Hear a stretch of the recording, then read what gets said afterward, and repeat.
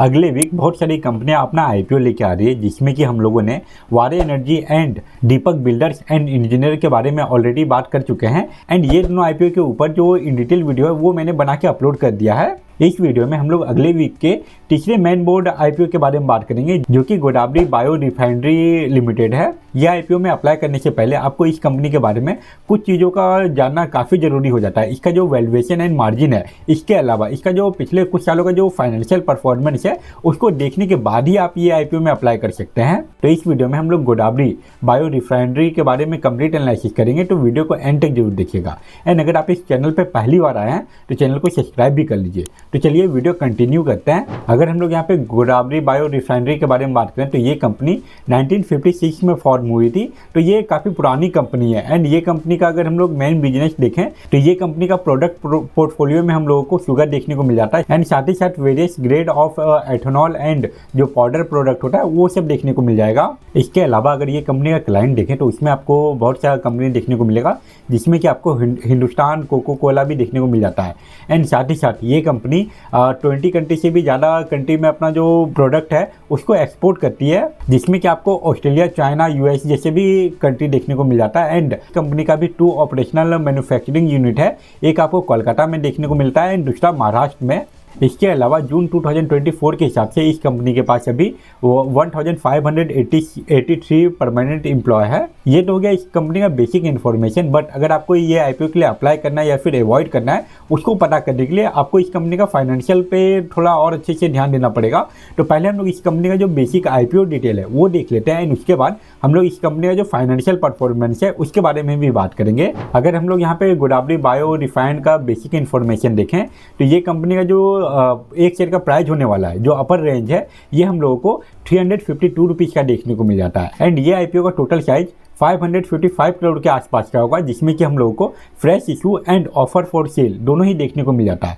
यहाँ पे अगर हम लोग फ्रेश इशू देखें तो वो हम लोगों को 325 करोड़ का देखने को मिलता है एंड ऑलमोस्ट 230 करोड़ का ऑफर फॉर सेल है। अगर यहाँ पे हम लोग ऑफर फॉर सेल के बारे में बात करें तो ये ऑलमोस्ट 40% का जो आईपीओ साइज है वो ऑफर फॉर सेल है। एंड यहाँ पे आपको एक लॉट में 42 शेयर मिलेगा। एंड मिनिमम ये आईपीओ में बीडिंग करने के लिए आपका जो कैपिटल रिक्वायरमेंट है ये 14,784 रुपीज़ हो जाता है। इसके अलावा बाकी शेयर के तरह इसका भी जो फेस वैल्यू रखा गया है ये 10 रुपीज़ पर शेयर रखा गया है। एंड रिटेलर लोगों के लिए यहाँ पे 35% का कोटा रखा गया है। अब अगर इसके शेड्यूल के बारे में बात करें तो इस आईपीओ का जो बीडिंग ओपनिंग का डेट है ये हम लोगों को 23 अक्टूबर देखने को मिल जाता है। एंड 25 अक्टूबर तक आप इसमें बीडिंग कर सकते हैं। अगर आपको इसका अलॉटमेंट मिलता है तो 29 अक्टूबर को जो शेयर है वो आपके डीमैट अकाउंट में क्रेडिट हो जाएगा। एंड अगर आपको इसका अलॉटमेंट नहीं मिलता तो उसी दिन आपका जो रिफंड है वो इनिशिएट हो जाएगा। एंड 30 अक्टूबर को इसका स्टॉक मार्केट में लिस्टिंग डेट है। अब आ जाते हैं इसके इंपॉर्टेंट पार्ट, मतलब कि इसके फाइनेंशियल परफॉर्मेंस के ऊपर। यहाँ पे हम लोग 2022 का डाटा को 2024 से कंपेयर करने वाले हैं। 2025 क्वार्टर 1 का जो डाटा है ये इनकम्प्लीट है, तो इसको अभी हम लोग इग्नोर करने वाले हैं। अगर हम लोग इसका यहाँ पे रेवेन्यू देखें तो 2022 में इसका जो रेवेन्यू है ये हम लोगों को 1702 करोड़ देखने को मिला था। 2023 में इसका रेवेन्यू इंक्रीज होता है एंड वापस से 2024 का डाटा देखें तो इसके रेवेन्यू में हम लोगों को गिरावट देखने को मिल रहा है। अभी जो इसका रेवेन्यू है 2024 का ये 2022 से भी गिर के 1686 करोड़ पे पहुंच चुका है। तो इसके रेवेन्यू में हम लोगों को पिछले 1 सालों में अच्छा खासा गिरावट देखने को मिला है। इसके अलावा इसका एक्सपेंस भी लगातार उसी लेवल के आसपास मेंटेन है जितना पहले था। अब अगर हम लोग इसके रेवेन्यू में एक्सपेंस को मैनेज कर दें तो जो इसका नेट इनकम बचता है उसको अगर देखें तो 2022 का जो इसका नेट इनकम है ये हम लोगों को 19 करोड़ के आसपास देखने को मिला था।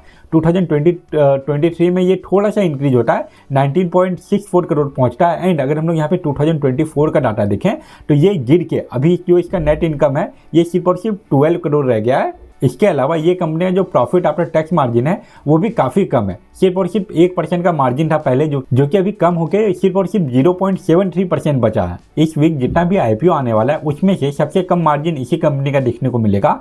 एंड जितना भी कंपनी का आईपीओ हम लोग देख रहे हैं वो सभी कंपनियों का जो रेवेन्यू एंड नेट इनकम है वो ईयर ऑन ईयर बेसिस पे इंक्रीज हो रहा है। बट इस कंपनी का हम लोगों को नेट इनकम एंड रेवेन्यू में पिछले 2 सालों में अच्छा खासा गिरावट देखने को मिला है।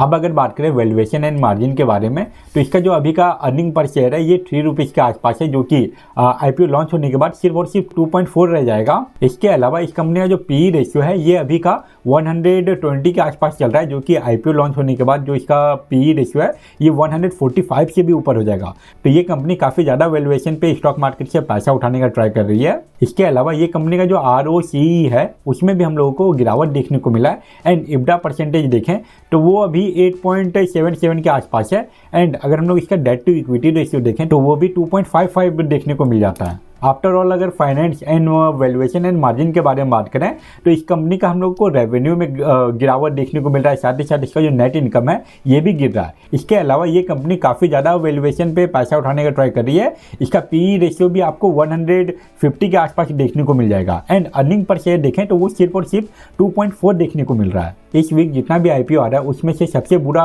फाइनेंशियल परफॉर्मेंस इसी कंपनी का देखने को मिल रहा है। अब अगर इसका GMP देखें तो उसमें भी हम लोगों को कोई मोमेंटम देखने को नहीं मिल रहा है। इसका GMP अभी 0 चल रहा है। एंड अगले वीक बहुत सारा IPO आ रहा है, जैसे कि वारे एनर्जी जिसका GMP आपको 80% से भी ज़्यादा का देखने को मिल जाएगा। साथ ही साथ दीपक बिल्डर एंड इंजीनियर उसका भी GMP 25% 30% के आसपास आपको देखने को मिल जाएगा। ये दोनों IPO के ऊपर मैंने ऑलरेडी डिटेल वीडियो बना के अपलोड कर दिया है, तो अगर आप चाहें तो उसको भी चेकआउट कर सकते हैं।